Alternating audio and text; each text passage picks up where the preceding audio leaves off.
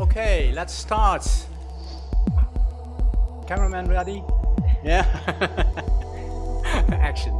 Okay, welcome everybody.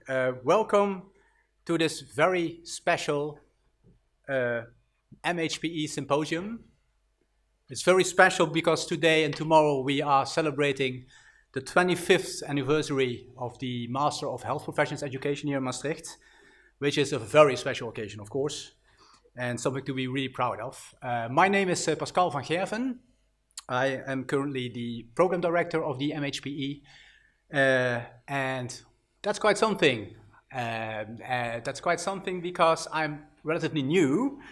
I started at the School of Health Professions Education last September 2016, so that's exactly 9 months ago. And 9 months, 9 months is exactly 3% of the total history of the MHPE. 3%. 3%, exactly. So I should be modest today, I guess. But in these 9 months, I've felt really welcome to this new community, and I'm really excited to be part of this new community, and also feel quite honored to be part of this new community. My background is in psychology. Actually, I started out here at this very faculty of psychology and neuroscience, where we are quite close to. So my background is completely different, but I did my PhD project on instructional design and aging, and I was actually supervised by Henk Schmid and by Jeroen van Merjenboer.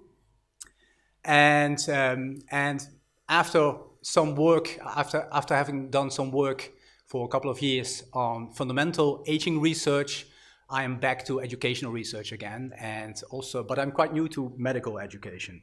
So it's really exciting for me, and I'm actually quite nervous about it, because it's all new, a lot of faces here are new, but it's also very exciting and nice.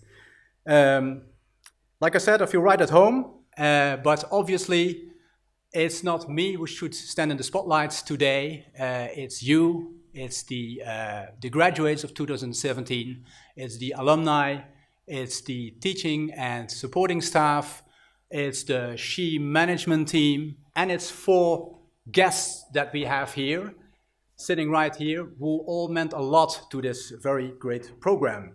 And all of you, by the way, have in one way or another contributed to making this program what it is today, one of the best of its kind, right? Yeah, okay. Okay, so let me start by introducing the panel members, the very important persons, the VIPs of today. Let me just start by the beginning. With the beginning. The beginning is represented for me by Henk Schmid. Everybody knows Henk Schmid, I guess, yeah. Henk Schmid was a founding father of this great program in 1992, and he is actually widely known for his influential work in the field of medical education and PBL, problem-based learning. He has been, and I really need to read it because it's such a lot. I mean, he has been the Vice Dean of Education of the Faculty of Health Sciences of this university, which is now called the Faculty of Health, Medicine and Life Sciences.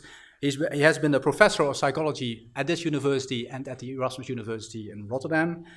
In Rotterdam, he has been the founding dean of the problem-based psychology curriculum. He has been the dean of the Faculty of Social Sciences there, and he actually also has been the vice-chancellor, I think that's a British word, I think it's better known as the rector or rector magnificus of the University of Rotterdam, which is quite something. He has earned a lot of prizes, and 2 of them are most notable, I would say, and that's the Distinguished Career Award of the American Educational Research Association in 2006, and the International Medical Education Second Research Prize of the renowned Karolinska Institute in Stockholm. So that's quite something. And what I like about Henk is always smiling. So welcome, Henk, and really nice that you can be here. Thank you. If you are long enough in this field, this will be the result. Yeah. It comes from everybody. Yeah. What also is nice about Henk, by the way, he doesn't need a microphone. His voice is like no other voice. Yeah. Okay, so second, Kees van der Vleuten. Well, anyone who doesn't know Kees van der Vleuten should leave the room, really. I mean, no, just kidding. Kees van der Vleuten. So stop. Kees van der Vleuten. He represents for me the past, the present, and also the future of this program.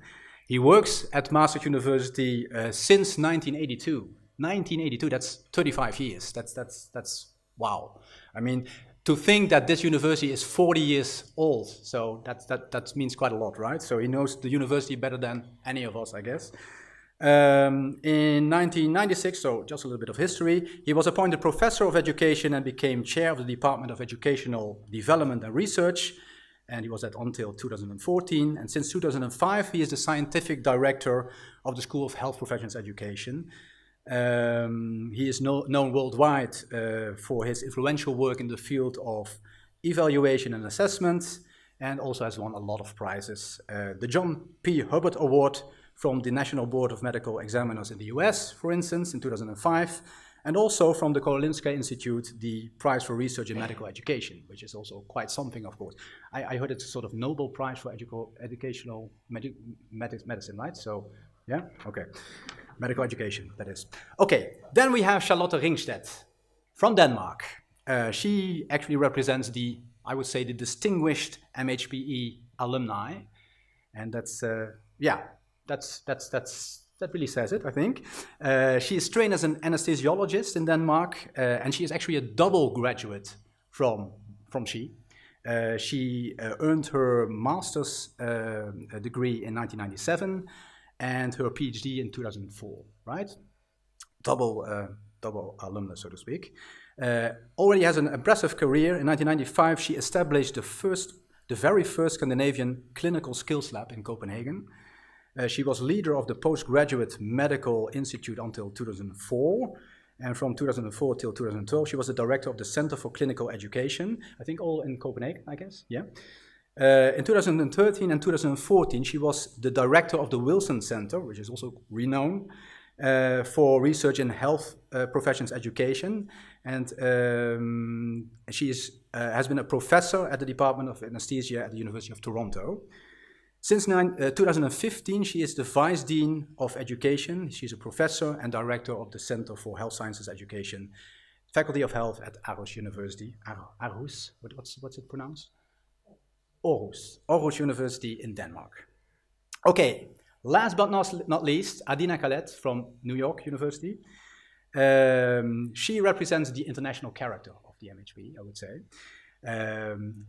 Together with David Stern, she represents the American partner of our program at New York University. We have actually 4 partners. So next to New York, we have Canada, 2 places, and Singapore and Egypt. And she represents the American partner. She's trained as a primary care internist at Mount Sinai School of Medicine, right? Yeah, well, that was one of them, at least. Yeah. Which is also a renowned institute, I know. Since 2012, she's professor of humanism and professionalism at New York University School of Medicine. Won also numerous prizes, such as the Lynn Payer Award from the American Academy on Communication in Healthcare in 2012. She has quite an early history with Maastricht, actually, she told me, because together with her husband, Mark Schwartz, she visited Maastricht in 1989 already. That's way before the MHPE was established, to study innovative medical schools. That cannot be a coincidence, right? So that's already a long time ago. But more recently, in 2013, she wrote or co-edited a book entitled Remediation in Medical Education. Part of the work she did during a sabbatical here in Maastricht in 2013. So that's quite a good bond with Maastricht, right? Okay, so these are the 4 guests of today. So what are we going to do? Well, first of all, these guests are going to talk with another special guest. Well, not a special guest. Well, I could say a special guest. Renee Stalmeyer. She is going to interview these 4 people about the past and the present of medical education, and maybe a little bit about the history of the MHPE. After the interview, there's going to be 4 parallel sessions in which the graduates of 2017 will present their work.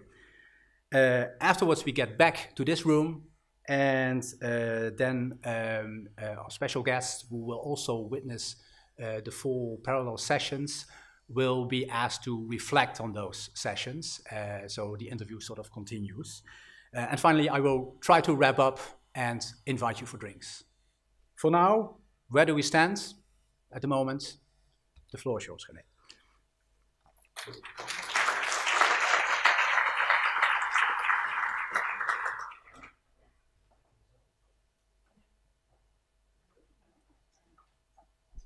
Good afternoon, everybody. I'm so glad to see all your faces here today. I know most of these faces, and I'm very glad about that as well. But just for the odd person in the room that I don't know, maybe I know their name. So just a few minutes ago, I shook someone's hand. I thought, yes, I know you. I know your name because you're one of the students in one of our other schools that are collaborating with us. Just a little background on me. I'm René Stalmeyer. I'm one of the former directors of the master's programs, something which I will cherish for the rest of my career because of you, because of all these people, this diversity of people that all have a very big heart for education. I think that is what is joining us today. And that's what I want to talk to you about, our esteemed panelists, about education and that heart that is beating in the same way. So I have some questions prepared. They had a chance to look at the questions, but I wanted to keep it fresh. But I also want to invite you, the room, that if you feel, I really always had this one question I wanted to ask Charlotte or Kees, just let me know and we'll make sure that we get a microphone to you one way or the other. A lot of steps. So please do not hesitate to share in the conversation. Also, if you want to call them out. Also, if you hear one of the panelists say something of which you think, really? Let's talk about that. Let's keep it open. It's not all hallelujah and everything is great. No, I think there is a lot of discussion left in our field, and I'm glad there is a lot of discussion left in our field. Otherwise, why are we here? We have a great number of graduates. I spent the last 3 weeks teaching the second years all the ins and outs of the dark world called qualitative methodology. I think I've pulled some people in there, so that's always fun. But just, we heard, there we go. We heard these great histories of medical education already. And you may guess, but one of these people's career is the same age as I am, but we'll not get into that too deeply. You can guess later and maybe you win a prize. But just to get a sense, my understanding is that you all moved into this field from originally another domain. So what was it that motivated you or made you make the decision to actually move into the domain of medical education or health professions education?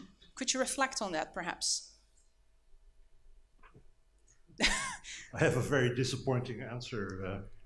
I came from this area originally, from Heerlen, and I studied psychology in Utrecht, and then I discovered how beautiful Limburg was. And by accident, a new university was established here in 1974, so I joined the only faculty that was then here, the only school, the medical school, as a young educational developer and researcher. And it was only then that I became fascinated by at least what was happening here, because you should realize problem-based learning, small group work, tutorials, was totally exotic for people who were in large classes most of the time, you know, rooms like this with lots of students. And I became interested and started doing research in medical education. So quite serendipitous, actually. Others more deliberate?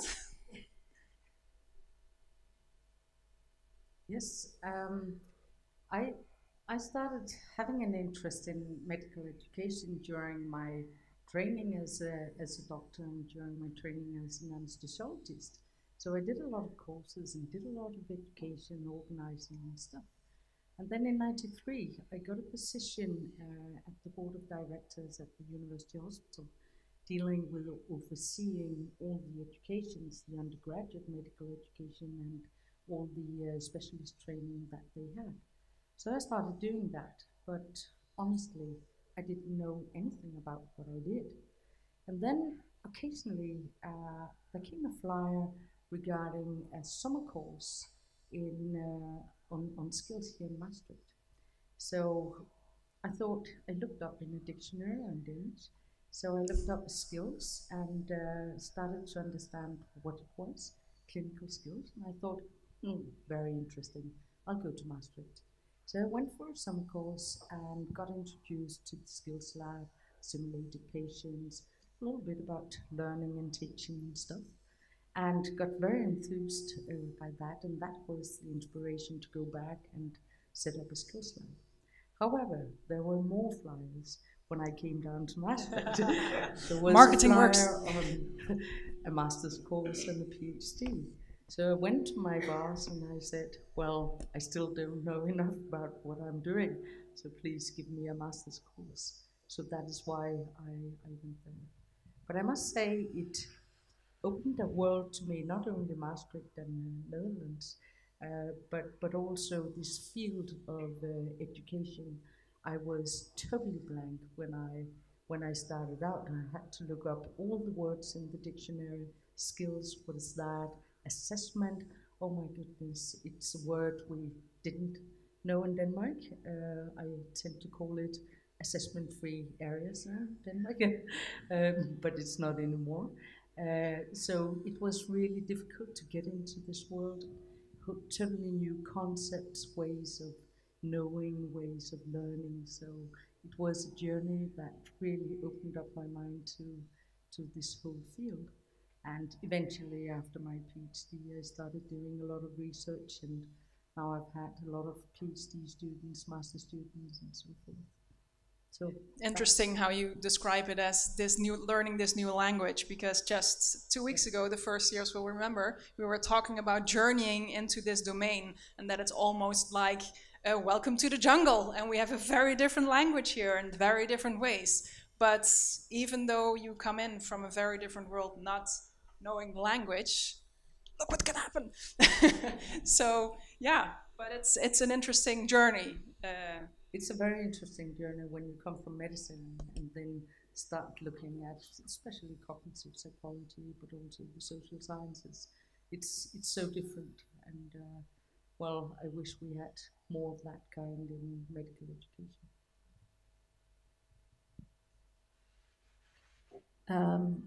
I think that if I were born 10 years earlier, I would have been a teacher, because the only avenues open to girls interested in math and science would have been either nursing or teaching.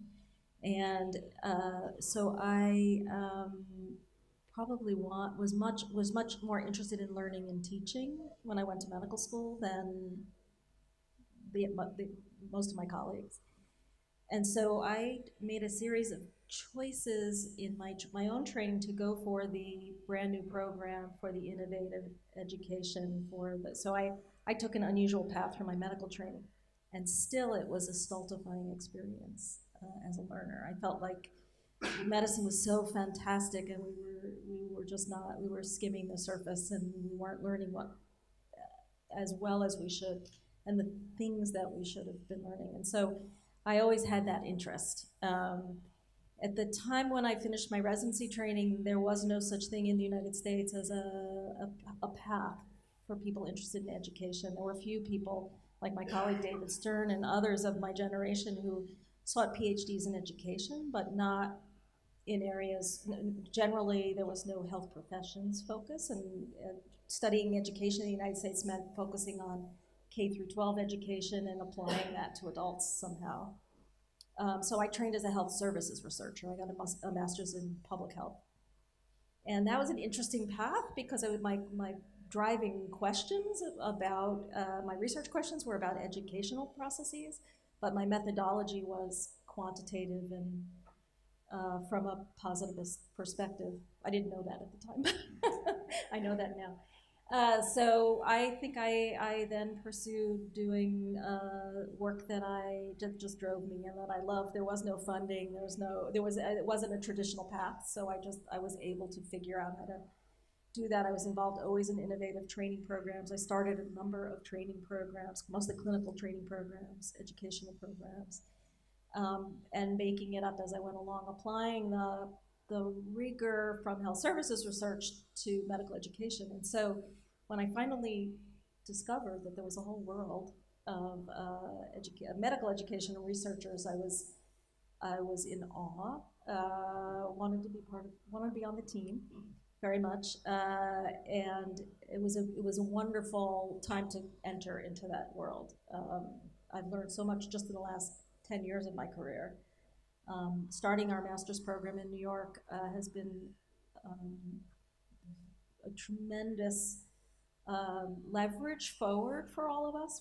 There's a small group of us very, very interested in this domain, in this field, increasing very dramatically over time, but very few with the capacity to do educational research. And so this master's program is really is a real shot in the arm, as we say, for the local capacity to do more educational research. Thanks. Mine resembles Hank's. I was originally trained as a clinical psychologist, and I practiced for some time, and I didn't like it because I thought it was not sufficiently evidence-based. So I went back to university and re-graduated in a research orientation, and I wanted an academic career. And in the beginning of the 80s, there was a lot of academic unemployment. And the only university that was growing was Maastricht University. So when I applied for a job, I went for the interview with a colleague of mine, a peer of mine, who graduated at the same time in the same area. And I had an interview, and I said, actually, well, if you want to move to that direction, you have to ask my peer, because he's, is the best in that area. And they actually selected me. So it was pure coincidence. I had no knowledge of education whatsoever. But it was foresight. There must be something. Huh? And when I came to Maastricht and to medical education and problem-based learning here, it was a fascinating era, because actually what we were doing, I started to discover, was something really new, unique, and it was a pioneering attitude. It was us against the rest of the Netherlands and the rest of the world. You have to look at Adina for a second. She's really nodding her head like that. Yeah. Why are you doing that? Well, in the beginning, we're not taken seriously. Yeah, you're feeling that, okay. We're not taken seriously. I mean, while if you look at all the curricula nowadays, they have introduced all the similar elements that we were sort of, which we did in Maastricht. But the beginning here was a period of PBL religion. Thou shalt take 7 steps. And over the time, research became more important. And what fascinated me was the fact that that we do things in actual education practice, that if you start scrutinizing it empirically, you find things that are not so optimal in what we do. Right? And we tend to do things historically, because that's our tradition. But if you start looking underneath, not of all the things that we do is so effective or efficient. And that has always fascinated me. And that became my professional mission in my academic career, to bring a bit of evidence to education. When I did my inaugural address, the title of my inaugural was Beyond Intuition, right? More evidence. When I will retire, I will have another lecture, Beyond Evidence, because I know that evidence doesn't convince in actual practice. And you need a lot more in order to change practices. And I always say innovation in education, particularly in a 35, 40-year-old university now, is very difficult and hard, like any other institution around the world. And innovation is much more, it's not so much an issue of educational technology, but it's an issue of change management. And then being the rector really helps.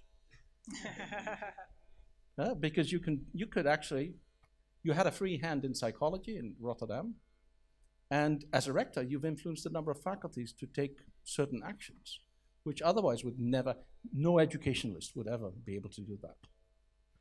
No, I took the easy road, to be honest. The real hero is Case, because, you know, staying in the same institution that fossilizes after a while, it makes it very difficult to change, is really a difficult road. I always have escaped. I went to the Faculty of Health Sciences, and then to the new School of Psychology, and then I escaped to Rotterdam, because, you know, it's not only fun to start new things, but it's also less difficult than the change management that is required in an existing school. Yeah. Fossilizes. That's it. I have to pick up on that word. Maybe it's not kind of the. So he's a guest. No, that's right. But that's the value of it also, kind of outside looking in. So when this university became big on the merits of PBL, and that it almost became a crusade. PBL, you have to do the 7 steps. But I think the word is out, right? PBL is not that new anymore. So what are the challenges in that sense for educational design and development? How do we move beyond that? So from an outsider's perspective also, what do you think that the not maybe only the challenges, but also the opportunities are for this field to kind of pick up on? Well, I have a position now as the Vice Dean of Education for the Health Science Education. So I have 15 programs or something like that. And one thing that we're working on currently, we have very traditional programs, no PBL, very traditional medical program with basic science for the first 3 years, clinical science for the next 3 years. Is more, who are we educating now? How do we look into the future? How can we ensure that they are ready not only to meet the future, but also to form the future? And how can we make them ready to actually look at the surroundings? Because Aarhus is a very small town nobody knows about, but you will have to know something about the mobilities of populations, what is going on in the rest of the world. And the approach I'm taking is not to be very directive, but asking questions to the programs. What are your visions, and what will be your strategic basis in order to achieve that vision? Mm-hmm. And that is about using our education to take a look forward and around, but also making sure that the candidates can contribute to the continuous development of, I call it medical technology, and I include whatever in that, organization, pharmacy, equipment, so that we are training candidates that can actually, I would say, think about and question, make this inquiry about go beyond the evidence, current practice, and say, this is not working for my patient. I need to, for example, contact the company, find a better device, develop that in contact with them, or I need to engage with the administration, find a better way of organizing our healthcare, or I need, and I can continue. And it's a very interesting process. People find it hard because I want them to think out of the box, but I want the current course directors, teachers, students to actually make that vision. So it's not like only me doing that, of course I'm guiding, but I want the people who are in it right now to have that kind of thought, because we are training people for a future that we don't know anything about. And it's going so fast with the development. Adina, would you like to reflect on that? Yeah, it's working. 2 things. I think one thing we've learned over time is that the labels need to be removed, and one just has to observe what the process is. And in fact, we're doing critical elements of PBL or the fundamental elements in many ways without the labels. So the 7 steps is irrelevant in our context because people haven't studied them, but the processes are there. And so that's one way we've been able to support changes by pointing that out. The other thing is that I believe that it will be our students who drive us to innovate because we have no choice. And in fact, in my experience, it's really a certain layer of, what was the word? We're ossifying or Fossilizing. Yeah, I think there is some of that. There is some tradition that is layered in medical education that is hard for certain groups of people to let go of. But in fact, in our medical school, students don't show up for lectures and don't, they view everything online. So fundamentally, they're driving change away from those structures anyway. And so I think we need to open our eyes. We need to see what's going on, and then it's a relatively easier task than it seemed 10 or 15 years ago. And I think faculty development of a certain type is critical to a certain type of faculty development. Could you elaborate on certain type? I think I'm looking forward at your other questions. I think community of practice style faculty development rather than workshops, things that we know don't work or stick as well as they should. There's some people in this room who have studied that, I'm sure. The kind of faculty development that is in the environment and in the culture. It's really about culture change rather than in educating people to do something brand new. In fact, clinical education is problem-based. Doctors have always been trained to solve problems and think critically. We need to embrace that and deepen it. But I think that we need to move away from some of the older structures to open our eyes. Our students are quite different than they were. They're voting with their feet. They're going to learn the way they learn best. They know better than we do in some ways about the processes that work. And I think that assessment, for me also, assessment became an important word. It does drive the learning. We need to be quite good at that and quite explicit and transparent about how we're assessing whether or not someone has attained the goal. And that needs to be, I think, primary. I think it needs to be set out front. I just want to pick up on what you did for me. One of the next issues I'd like to discuss with you. We're, in the words of Lev and Wenger, and especially Wenger, a community of practice.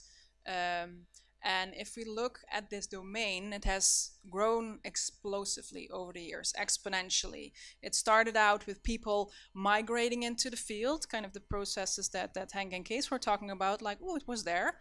And you're coming from more cognitive psychological backgrounds, and those were some of the early settlers. But other domains have gravitated in as well. But now there are, I think by the last count, 170 master programs. We have, by the last count, by Joey Nicholson, one of the faculty in New York, 27 journals in our domain. How do you explain that growth? That the fact that we're now we can be considered as a domain on our own? There is this misunderstanding that the field was small to begin with. Because you should realize that most of the journals that existed in the 70s and 80s, the Journal of Medical Education in the United States, and now Academic Medicine and Medical Education, they published every month a new issue. And a couple of years ago, I compared the number of publications in our field, the health professions education field, with the wider educational field, educational psychology, higher education, etc. And it turned out that the number of papers published since 1988 was 2.5 times more in our field than in the wider educational field, to my surprise. So this has not been a small field, and it certainly is not a small field. And I believe that the main reason is that although education is conservative. Teachers are conservative. We're taught this way, so why? And we are good. So why would we change? Medical education is less conservative than other fields, perhaps because the high stakes of medical education. Students poorly trained will cause death, and therefore there was a greater sensitivity. I think a greater sensitivity for change and improvement. I have an additional explanation. I think that where we have been quite successful is to be able to create this community of people in health professions education. If you look at the number of journals now, 27, those are our forums. If you look at the number of conferences, we have a wide international one, more than 3,000 people attending. Amy, you can circle around the world to different conferences on health professions education if you want. There are national meetings here in the Netherlands. More than 1,000 people attend to the medical education meeting here in the Netherlands.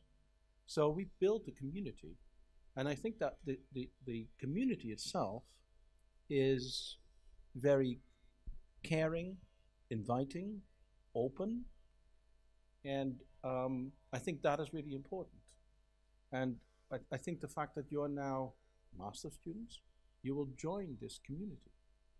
And the fact that you will go home and in the future be education leaders, you will have an impact on your practice, which is now more literature-based, evidence-based.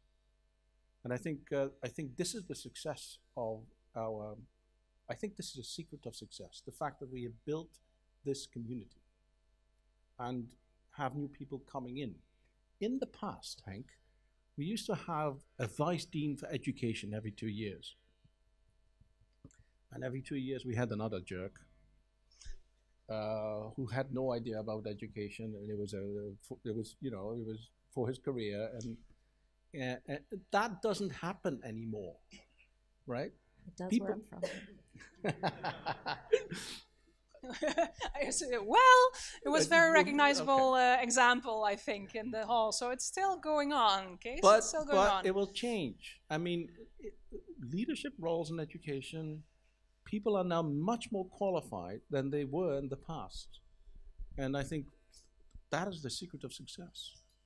And it's also true because they are all there in these health profession schools. So they provide an alternative to the run-of-the-mill neurologist who has to become professor and therefore should be vice dean of education.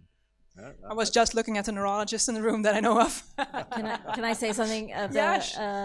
Please. 5 people in the room from New York, from NYU, are vice chairs of education. 4 of them have advanced degrees in education. See? And that has now, as of today, tomorrow, when they get their degrees, will be the first time in our institution we're number 14 now in the U.S. in terms of our academic competitiveness.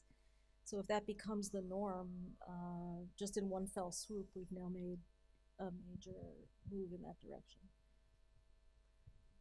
I think there's another issue about how this has become so successful, and that is we have had some very strong promoters, leaders in research and development. A couple of them are here right now, and also some very strong centers like the She, the Wilson Center, I go on, Dundee, and I think we should recognize the importance of these centers. Having a program here like the master's program, which was at least my time very international, also invited this wide community. And I think also that the community of health educators have been good in collaborating with the clinicians. So I think too that the centers around the world has meant enormously to the success of this, but they have also been very inviting, very supporting of countries other than their own. So I think we need to recognize that, definitely. Yeah, we should, however, be careful, to look only at our own community, because, it's great to think that Maastricht University really were at the source of this, what happens in the world. The reality is that there was large dissatisfaction with medical education in the 60s and the 70s already. You know, the model used in medical education was a model that was developed at the end of the 19th century, beginning of the 20th century. And Maastricht University clearly was a response to the student unrest in the 60s. And I remember in the 80s, there was a report in the United States, Doctors for the 21st Century, that was immensely influential in the US and beyond. It was influential in the sense that the classical model of first biomedical education and clinical education was left. The organ system approach emerged in medical schools all over the world. So there were also quite some external influences. I also remember the WHO that was financing all kinds of innovations that drove medical schools and other schools in health professional education to change. And that has helped all of us. So I hear a couple of things. Change in reaction to dissatisfaction. This image that we can do things better, that we can improve, that we want better things. And if you look at the domain in terms of what we focused our gaze on, that has changed over the years. And if I'm looking now and I'm looking at some of the theses that you're writing and the topics that you're interested in, one of the things, for example, now jumping out at me are EPAs. A lot of people are interested in that. They're researching this new developments coming from Ollet and Kate, Northern America, trying to measure skill, seeing whether we can trust our future doctors. But I just want to focus on the fact that you always have these hobby horses kind of floating around in the domain. And I want to get a bit critical with you. So I want to ask you, if you think about the domain and all the things that you've seen pass in the years, what was one of the concepts or topics of research which you hope to never ever see again, that we can bury now and never hear from again? Admission. Admission. Why? Why admission? Because we do quite a bit of work on selection in the Netherlands. Admission is one of the areas where we all have very strong beliefs that are all shattered by empirical evidence. In terms of their predictive value? In terms of the predictive value, and you know, and I think that admission is an area which is a beautiful area to demonstrate that evidence doesn't convince. Because the situation in the Netherlands that we used to come from a weighted lottery system to the medical school, and the weighted lottery was a lottery because it was weighted by your grade point average, because we knew that grade point average predicted something in the school, in the university, but not far from perfect. So it was a combination, therefore, of grade point average and pure chance. We had that for many years until there were incidents around admission, and the politicians took a hold of it, and crazy clinicians took a hold of it as well. I'm going to do this. I'm going to set up an admission system. And were you pointing to Adina as a crazy clinician case? No. And actually, he said it to me. And he said, because you guys say it's not possible, I'm going to do it. In the meantime, we all are now obliged to have our own selection system in place, admission system in the Netherlands. And actually, there was a report in the newspaper last week that some universities didn't do it properly because motivation was not included. Well, try and select people on motivation. I wish you good luck. And basically, it's our fundamental belief that it must be possible to predict. Well, it isn't. And I actually think that doing a motivation test is even worse than lottery, because you discriminate on an invalid test. So, in my view, and I also have a thick book in my office with one chapter on admission, and you know, everything has been researched and investigated. And so, to me, it would be admission. Okay, pretty strong opinion on that one there. What would you say, Charlotte? I have another one, and that is all the research on interprofessional education. Ooh, interprofessional education. I'm so sorry That's to a say tricky that. one. We do see some collaboration challenges in the healthcare setting. At least in my country, it more stems from the silo effect of all the unions that we have. Each health profession has its own union. So they are thinking about, now I'm pretty harsh, me. How can I protect my task, my job? How can I get more salary? And we do have these clashes in that. I'm certain that 1 hour, 1 week, 1 month interprofessional training will not ever beat the unions. So what I see is we do face some problems in the healthcare sector. Interprofessional collaboration is one, patient safety is another one, but those issues are not to solve by making education. So you would say bring it into practice, bring it to the workplace, to the work floor? They have to consider what is actually their focus. In a recent talk I gave, I said, well, the medical profession is self-centered. Unless you think about what is actually your focus in this, it's yourself, it's me all the time, instead of the patient. If you start thinking about the patient, and I am not going to run a course about patient-centeredness, that's another issue. Don't do that. It's all about, we are public financed in my country, so we don't have customer focus.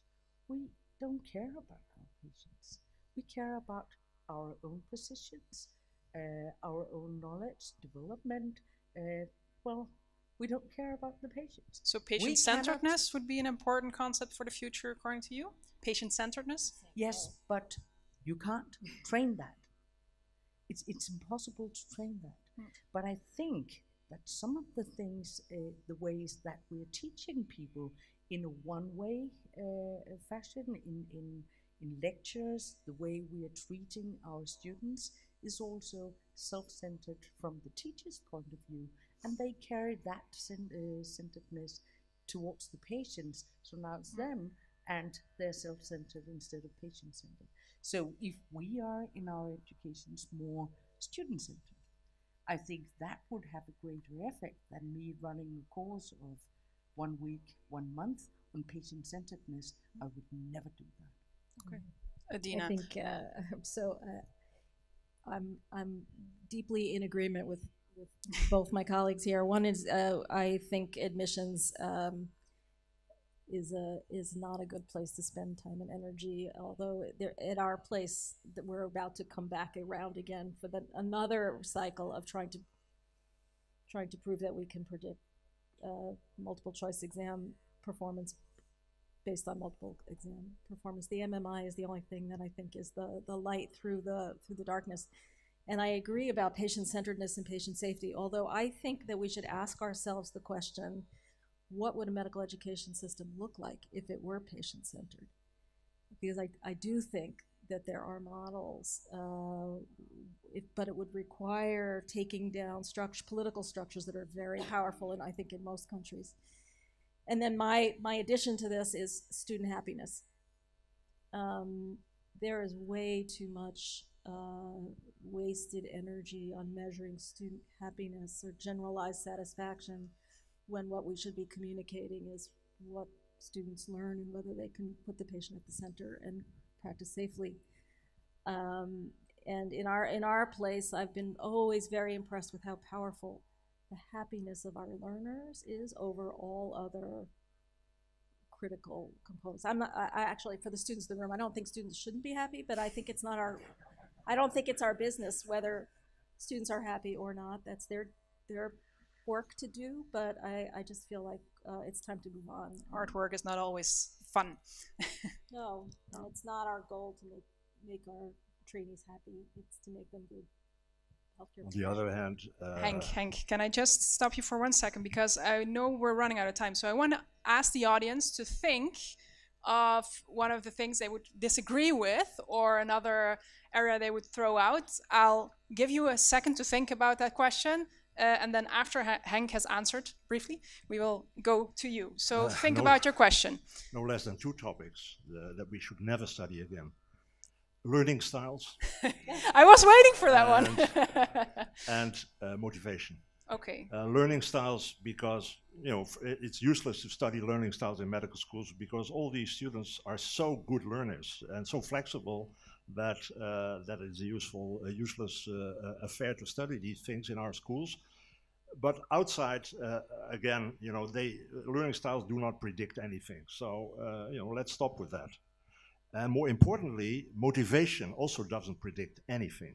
It doesn't predict anything. It's like, the decision to stop smoking, and you're sure you will stop smoking at I'm listening January and I'm walking 1, at the same time. Then, keep talking. And then 1 month later, you discover that you still smoke. Motivation is an outcome of learning, but not a input variable. So stop studying it. I hope that I do not offend anybody.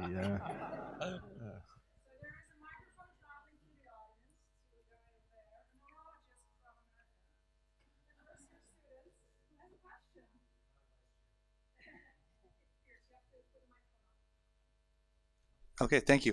It's not so much a disagreement as a question. Student happiness was mentioned, and although this particular area may go beyond medical education, in America, a big topic, and maybe beyond America, is burnout. So maybe not even happiness, but student, trainee, and even practitioner sadness, if you will, on the opposite side of the spectrum. And so there's a lot of energy I see being put forth beyond medical education, in medical education, in terms of, at the very least, identifying and supporting those students who might be going through mental health issues as a result of or in conjunction with the curriculum or the work product that has to be produced. And so could you clarify your thoughts perhaps on student satisfaction, happiness versus the ability to remediate some of those more holistic features of a student's life? Oh, that's a good, thank you for giving me the opportunity to back up a little bit. So I meant student happiness as the sole outcome of education, not wellness and burnout, which I believe that mental health issues are very, very important. We're training physicians or healthcare professionals. It is critical that these people are very resilient and strong individuals capable of functioning at the top of their game under tremendous stress. So that's not what I was referring to. I was referring to the broad swath of educational scholarship that asks only whether our students were satisfied with an educational experience and doesn't ask the more interesting learning outcomes.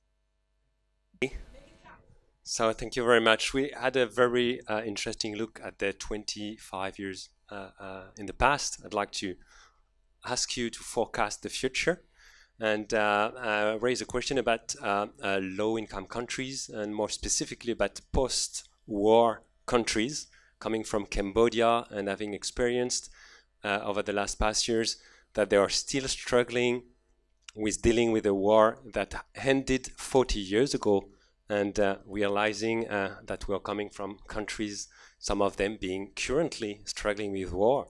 How do you forecast the contribution of this community of practice in health profession education to empower, support, and vision what could be post-war health professional education? Thank you. I think I went to a conference just a couple of months ago in Myanmar from the regional WHO association, from the WHO and regional association there. And it was a phenomenal conference because you see the region, how mindful they become that something has to change in their education. And the question is, how can we help them? And I think they should be part of our community.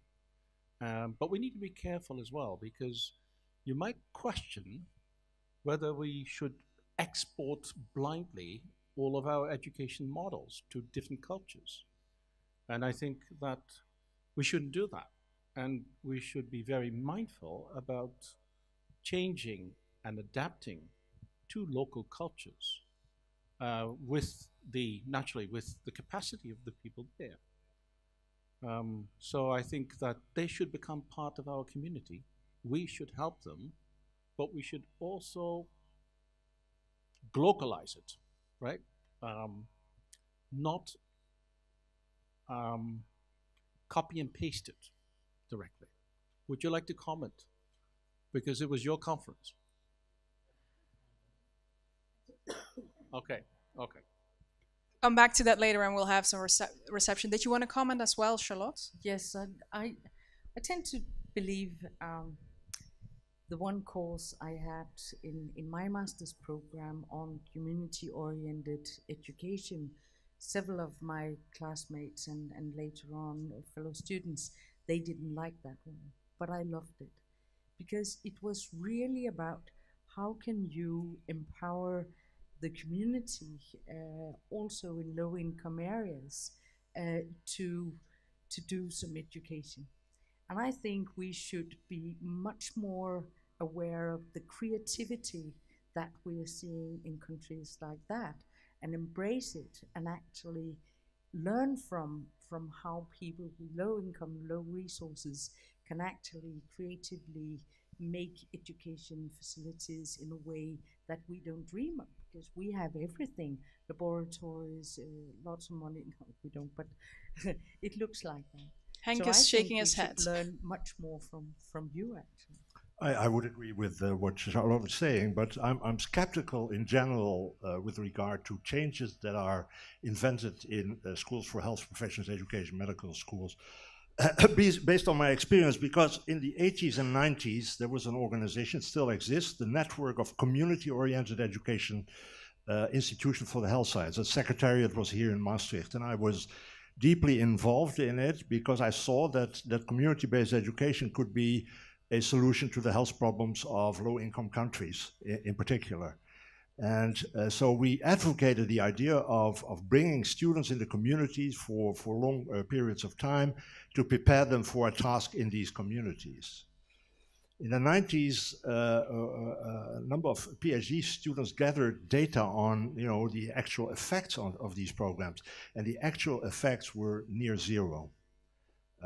For instance, I remember a program, community-based education and service in Ilorin in Nigeria, a school that did this for 20 years. They sent 1 month a year a group of students into communities, and then the dean was asked how many of these students stayed in these communities. And then he had to think very long, and he said eventually one. And so I don't believe that the problems of low-income countries necessarily can be solved best by medical schools. I think that the community itself indeed should play a central role, and maybe there's less of a need of highly trained university professionals than a need for all kinds of other personnel as well. I was going to say, well, that's a very cheery message for all the people going back home. But you kind of took that away from me. But still, I want to hang on to that thought because we need to round up for now. One of the points that I took from this last quite interesting question, because we're a world community here. If I look into this audience, I see people from all over the planet. And we have that same beating heart wanting to make a change. And I think that part of that change is what Kees was talking about with globalization. Going back and seeing what you've learned here, how could that be transferred into your setting? I don't believe in a one-size-fits-all. I don't think that there's one solution for everything, but I think that maybe we're getting a grasp on some underlying principles that might help us improve, that might help improve learning and help us design education. And I think that you are the people of the future to bring that back to your community and to start working with that and to start investigating how you can improve and how we can innovate with that beating heart for education. Having said that, I want to thank the panel very much for their contribution to this session. You're not done yet. The panel will be taking part in the presentations. You will be in the audience. And after the presentations, I will be back with you, talking with the panel about their take-home messages from this afternoon. Pascal? Yeah.